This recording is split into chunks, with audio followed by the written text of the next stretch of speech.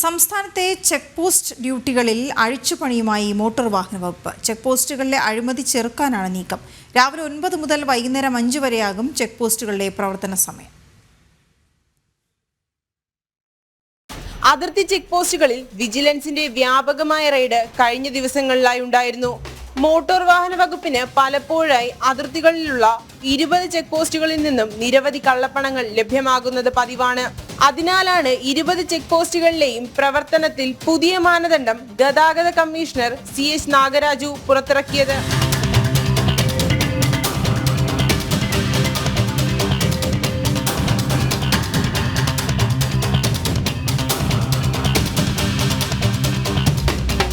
നിലവിൽ ചെക്ക് പോസ്റ്റുകളിൽ പ്രവർത്തിക്കുന്ന മുഴുവൻ ഉദ്യോഗസ്ഥരെയും മാറ്റാനാണ് തീരുമാനിച്ചിട്ടുള്ളത്. ഉദ്യോഗസ്ഥരെ നിയമിക്കുവാനുള്ള ചുമതല ഡെപ്യൂട്ടി ട്രാൻസ്പോർട്ട് കമ്മീഷണർക്കാണ്.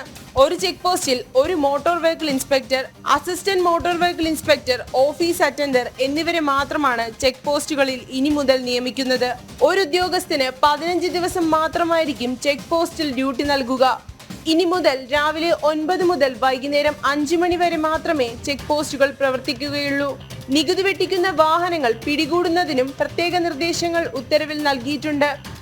RTO എൻഫോഴ്സ്മെന്റ് നിരന്തരം ചെക്ക് പോസ്റ്റുകളിൽ പരിശോധന നടത്താനും ഉത്തരവിൽ പറയുന്നു. ജനം, തിരുവനന്തപുരം.